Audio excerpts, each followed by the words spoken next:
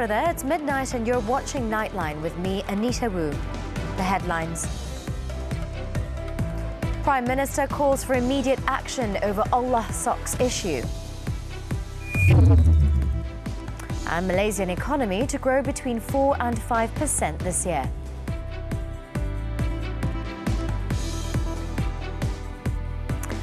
We begin with this headlining story. Prime Minister Datuk Seri Anwar Ibrahim has called for immediate action to be taken according to the provisions of the law regarding the issue of socks bearing the word Allah. He also reminded all parties not to insult any religion, particularly Islam.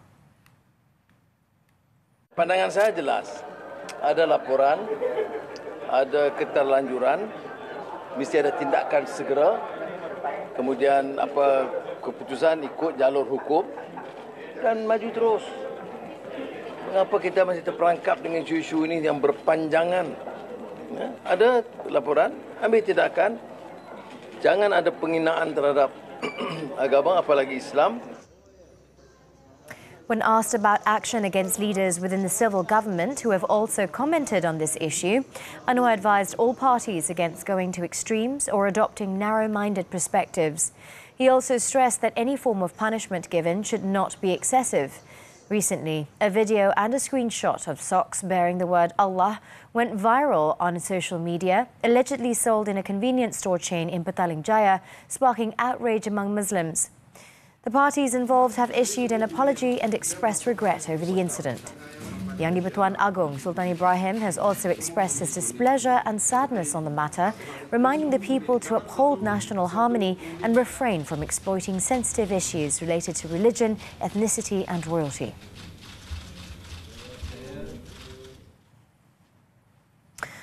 Earlier, police have recorded the statements of the founder of KK Supermart and Superstore on Tuesday regarding the issue of selling socks bearing the word Allah. Bukit Aman's Criminal Investigation Department, in a statement, confirmed the matter, saying the individual involved was among the 8 who had already given their statements to assist in the investigation of the case. The statement added that the founder of the 24-hour convenience store chain provided his statement at 12:30 p.m. on Tuesday at an undisclosed location. It also stated that the investigation is still at an early stage and Bukit Aman will carry out a thorough investigation. The investigation will also cover all aspects before the findings are finalised, and that preliminary investigations so far revealed that the vendors involved were operating from Batu Pahat, Johor.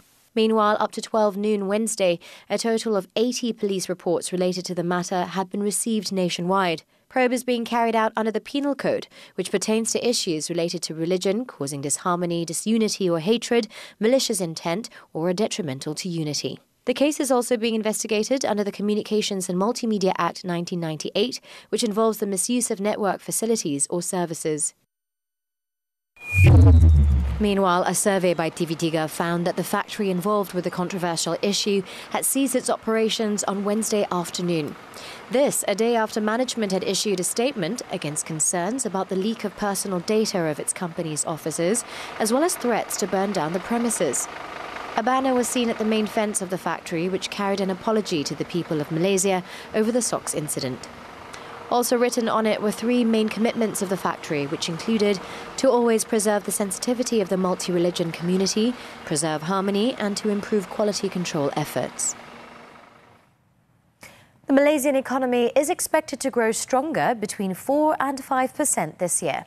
According to Bank Negara Governor Datuk Sheikh Abdul Rashid Ghaffur, the growth will be driven by domestic demand and recovery in exports.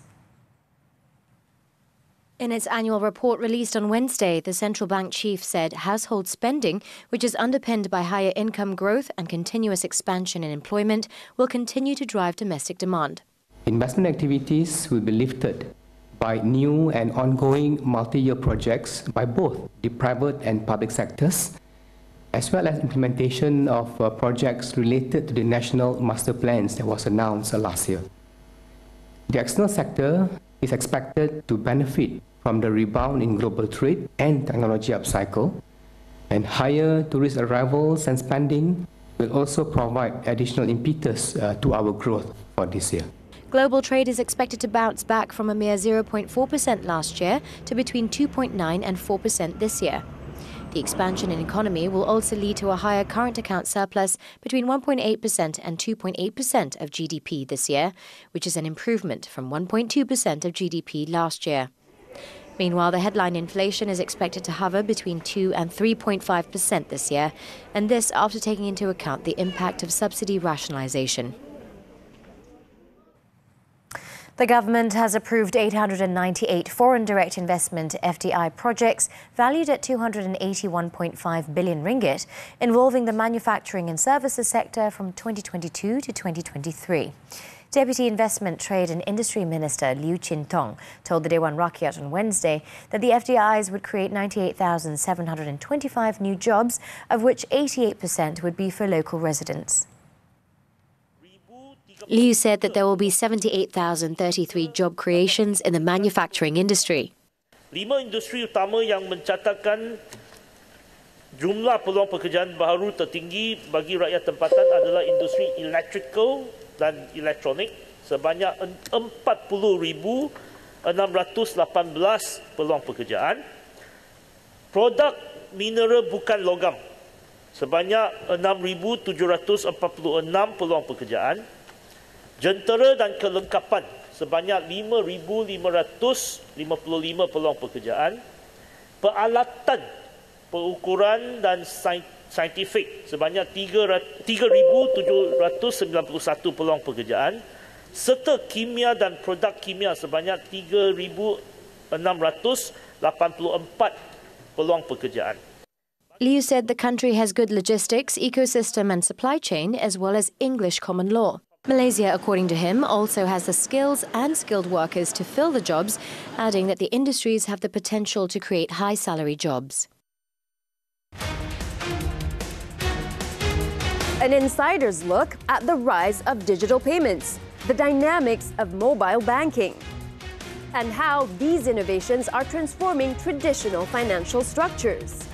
The impact of fintech on financial ecosystems in emerging markets with Jason Siu, Chief Executive Officer of Zendit Malaysia, this Saturday at 5 p.m. on TV3 and stream on Tonton.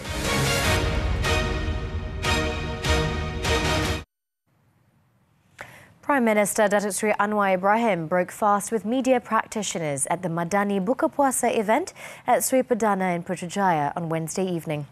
A total of 200 members of print, electronic and online media from over 70 local media agencies, including Sabah and Sarawak, local and international media clubs and media veterans, were celebrated at this event. Anwar, accompanied by his wife, Datuk Seri Dr. Wan Azizah Wan Ismail, arrived at the event at 6:57 p.m. and spent some time greeting and mingling with the invited guests. The Breaking Fast event was an annual affair organised by the Prime Minister's department.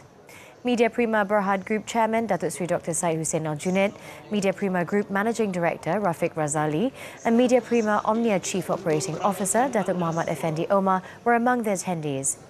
Also present were Media Prima Television Networks and Primeworks Studio CEO Nini Yusof and the New Straits Times Press Malaysia Berhad NSTP Group Managing Editor Datuk Ahmad Zaini Kamaruzaman. Other attendees were Media Prima TV Networks News and Current Affairs Group Executive Advisor Jaspant Singh, Media Prima TV Networks News and Current Affairs Group Editor Kamaruddin Mape and Deputy Group Editor Azhari Muhyiddin. Anwar also handed contributions to 20 media personnel and former personnel who are experiencing health challenges and disabilities. The Dewan Rakyat was told on Wednesday that the exclusion of the Generational Endgame or GEG provision from the Control of Smoking Products for Public Health Act 2024 had nothing to do with lobbying by tobacco and vape industry players. Instead, Health Minister Datuk Seri Dr. Zulkifli Ahmad said the explanation provided by his deputy, Datuk Lukanisman Awang Sauni, was taken out of context by several parties, which has caused various perceptions of the matter among the public. Namun persoalan yang dibangkitkan dan saya kira adalah satu yang agak tidak wajar adalah melanjutkan pengaruh itu yang dikatakan sudah industri dan juga pelobi mempengaruhi kerajaan dan juga kabinet. Itu saya kira adalah salah. Salah pada fakta dan salah kepada pengucapan yang dibuat oleh Timbalan Menteri kerana saya semak perkara itu. Dr. Zulkifli said this in response to a question from Muar MP Syed Sadiq Syed Abdul Rahman, who inquired the minister to explain the issue. He maintained that the decision to scrap plans to ban smoking and vaping for those born after year 2007 was due to a constitutional issue raised by the Attorney General's Chambers, AGC. Last week, Lukanisman told the Dewan Rakyat that there were pressures and lobbying from the tobacco and vape industry that had influenced a decision on the anti-smoking bill, which included the GEG provision. The Royal Commission of Inquiry, RCI, tasked with examining the handling of the sovereignty over Pulau Batu Putih, Middle Rocks and South Ledge, cannot punish any party involved in the case because it is not within the Commission's jurisdiction. Instead, Minister in the Prime Minister's Department for Law and Institutional Reform, Datuk Sri Azalina Othman Said, on Wednesday said the setting up of the RCI aims to serve as a fact-finding mission to ensure that the process of gathering information on the case can be carried out effectively, thus resolving arising issues faced by the Special Task Force.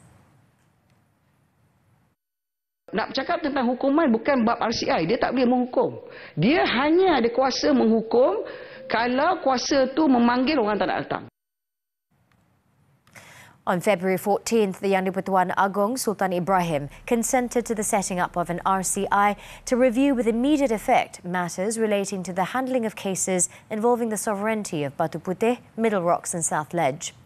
Azalina said the findings of the RCI investigation into the case will be brought and presented to the Cabinet to determine the outcomes and punishments, if they are necessary, before being comprehensively presented to the King.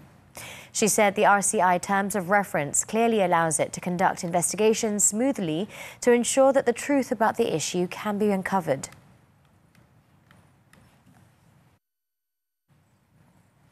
TV3 News presenter Muhammad Ahmad Hamdan has given his statement to the police over his claim made in a letter to the editor over the alleged rude conduct of two policemen on patrol. This as police have initiated a probe on the matter under the Penal Code for intentional insult and the Communications and Multimedia Act for improper use of network facilities or network service. Muhammad showed up at the Subang Jaya police station at around 10:50 p.m. on Tuesday night as requested and left at 1:15 a.m. He was questioned over his letter published in the New Straits Times on March 16th, in which he wrote about his encounter with the alleged rude and unprofessional policeman in front of his house. However, Subang Jaya District Police Chief ACP Wan Azlan Wan Mamat denied the matter on Sunday and said that a police report was lodged by the two policemen. Meanwhile, Home Minister Datuk Sri Saifuddin Nasution Ismail has pledged that a comprehensive investigation will be conducted into the case. He also stressed the importance of gathering information from both parties involved, rather than relying solely on one side's account. Still to come on Nightline, Ireland's Prime Minister announces surprise resignation. Stay tuned.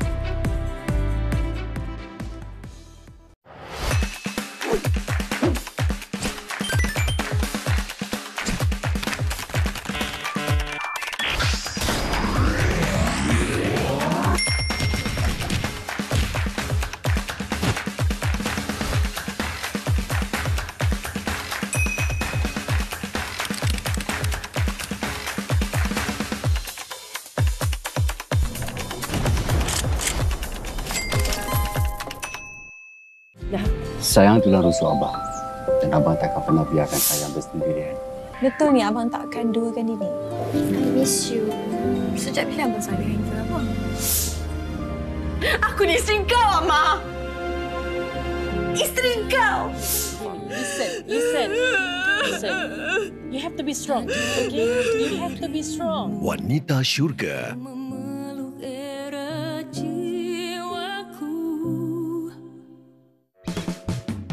Malaysia hari ini setiap Isnin hingga Jumaat. Nak jadi pencipta kandungan boleh, tapi kena berpada-pada.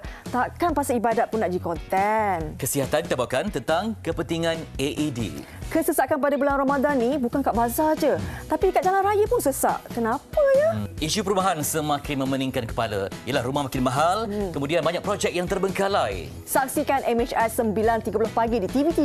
Juga stream melalui Tonton.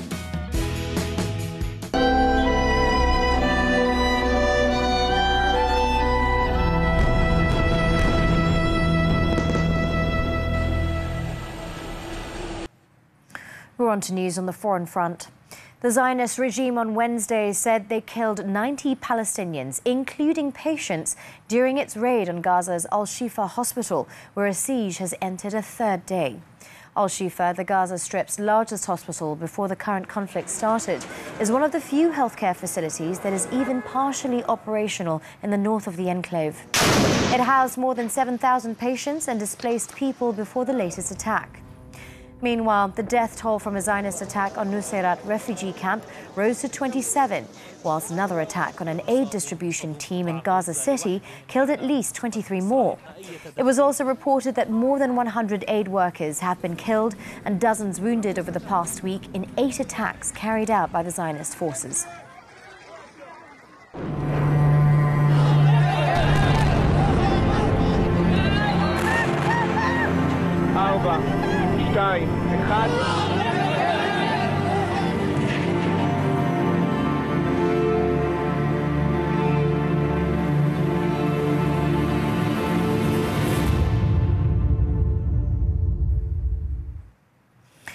In a surprise announcement, Leo Varadkar on Wednesday said he would step down as Ireland's Prime Minister and the leader of the Fine Gael party in the governing coalition.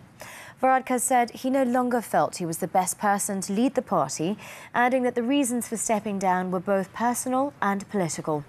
The 45-year-old suggested that a new leader would be better placed to lead his party and the current governing coalition into the upcoming local and European elections of June, saying that there were loyal colleagues and good friends contesting the local and European elections and that he wanted to give them the best chance possible.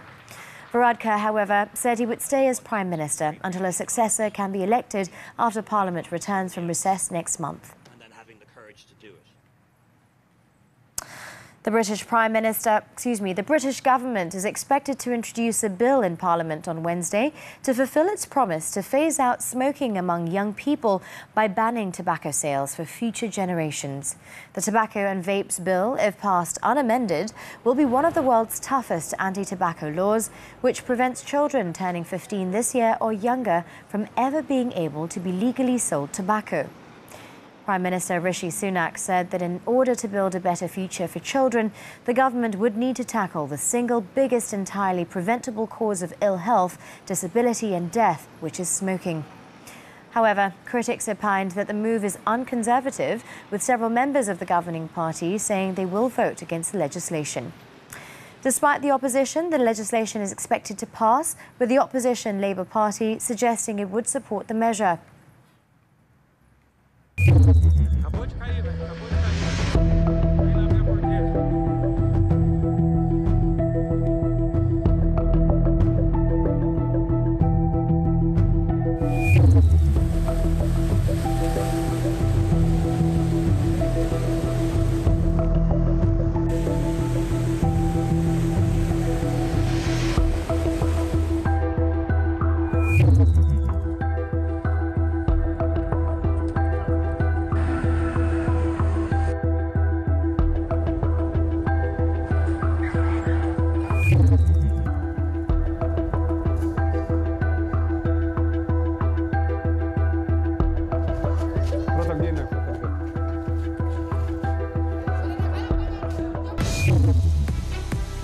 Up next on Nightline, Zijia off to a convincing start. Action from the 2024 Swiss Open right after this breather. Don't go away.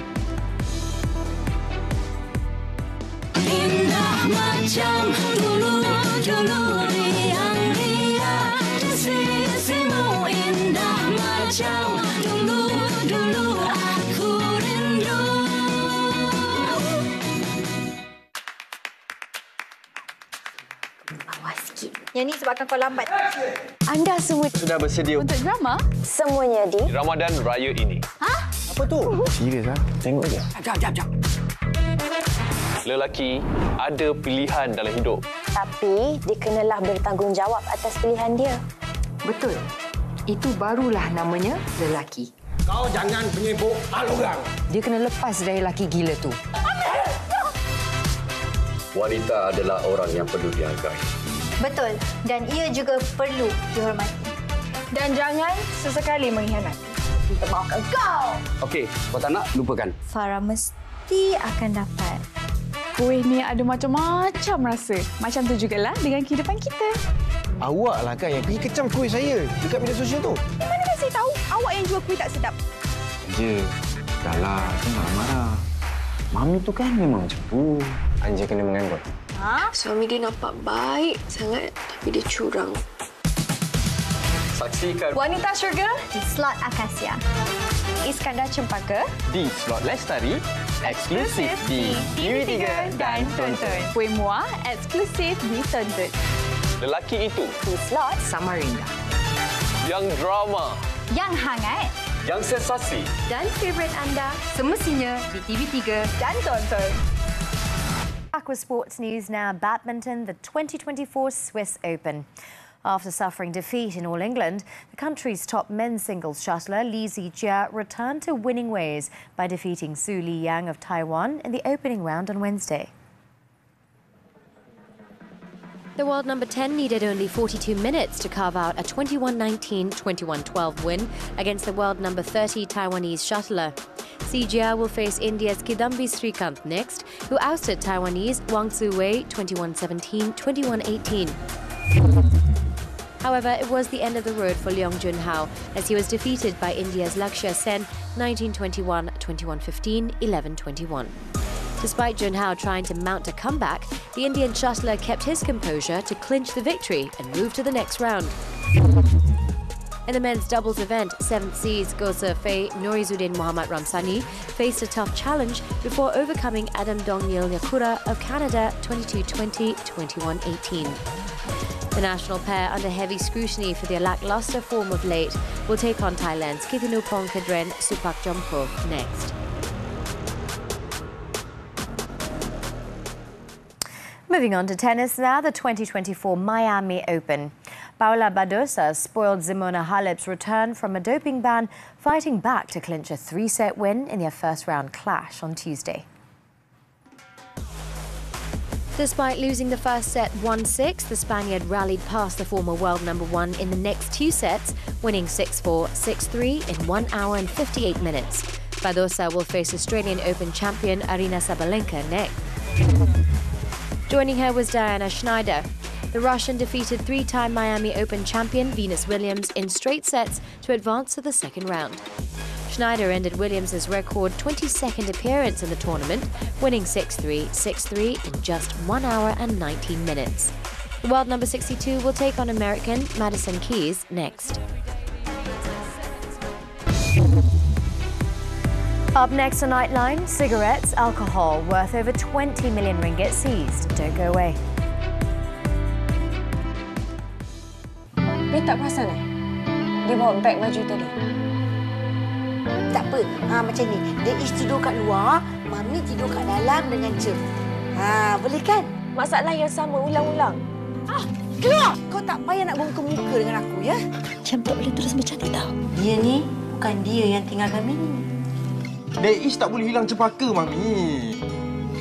Iskandar Cempaka, Khamis hingga Sabtu, 9 malam di Lestari TV3. Money Matters is back with a new season.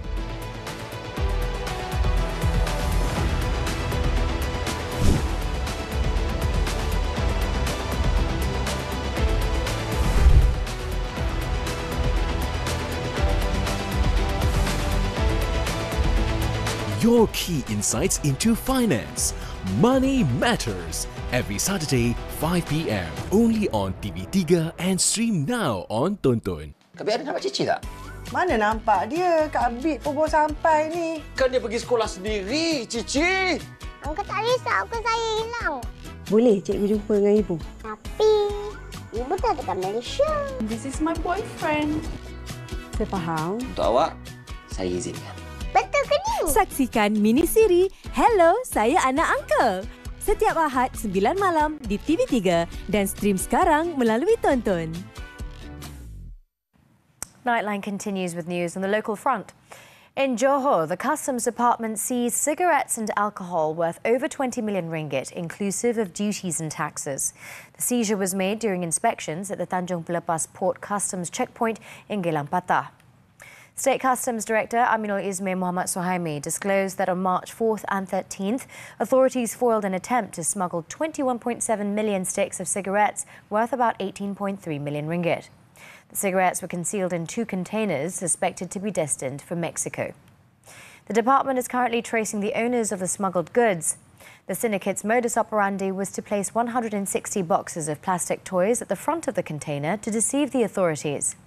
On January 29th, customs enforcement officers also seized undeclared alcohol worth about 1.8 million ringgit, comprising 69,360 cans of various brands in 3 separate containers in the same area. Both cases are being investigated under the Customs Act. In the meantime, 10 civil servants, including a woman, have been remanded for 4 days starting Wednesday on suspicion of accepting over 3 million ringgit in bribes from a tobacco, cigarette and alcohol smuggling syndicate. Magistrate Irza Zulaika Ruhanuddin at the Putrajaya Magistrates Court granted the Malaysian Anti-Corruption Commission MACC's application for remand, ordering all individuals to remain in custody until Saturday. According to a source, these individuals aged between 30 and 50 years old were apprehended along with 5 others during Ops Samba 2.0 at the MACC headquarters while giving their statement on Tuesday afternoon. All suspects are believed to have received over 2 million ringgit in bribes from the syndicate to facilitate the smuggling of chewing tobacco, cigarettes, alcohol and various other items between years 2017 and 2023. Following the arrests, the MACC also confiscated mobile phones and froze the bank accounts of all suspects. Previously, the MACC arrested and remanded 11 individuals, including 5 public servants and a person with the Datuk title to assist in the investigation.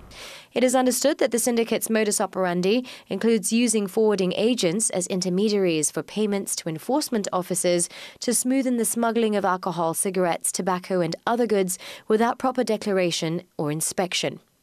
The syndicate is also believed to be using mule accounts to conduct bribe payments to colluding civil servants. Additionally, the syndicate is implicated in money laundering activities by laundering money using ghost company business accounts through money changers and licensed money lending companies.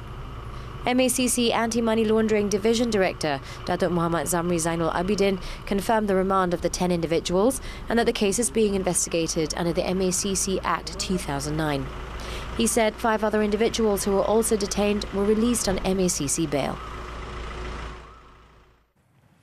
A total of 48 illegal immigrants aged 16 to 78 have been arrested by the Immigration Department in a raid on a recycling factory in Klang, Selangor on Tuesday. Its Director General, Datuk Ruslan Jusso, said that the factory director, a local man in his 50s, was also arrested.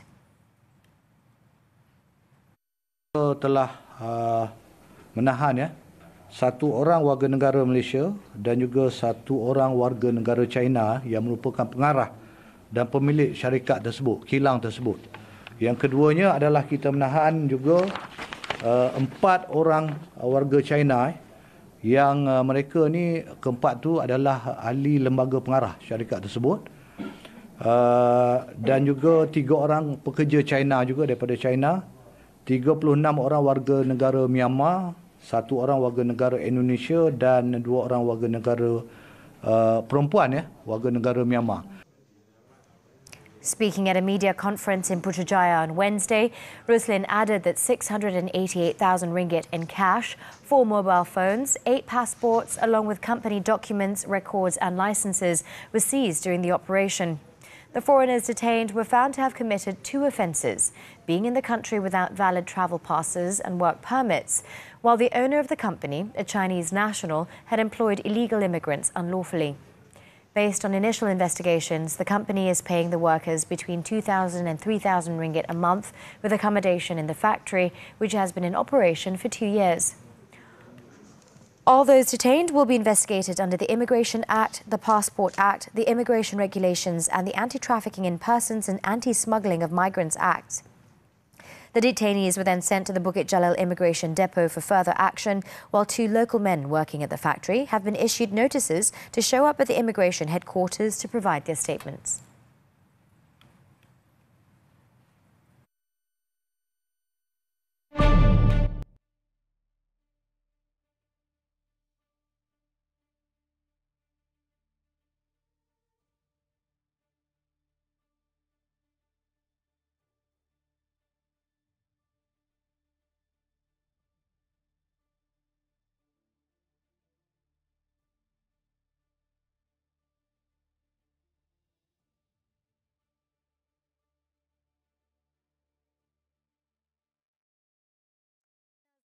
Draws to a close this time around, we take a look as thousands of visitors descended on the quad at the University of Washington in Seattle to see the cherry blossom trees in full bloom. With the darkest winter months now over and warmer temperatures creeping across the Pacific Northwest, the buds bloomed a week earlier than initially anticipated. With that, I'm Anita. Thank you for tuning in and Selamat Bersahur for those fasting.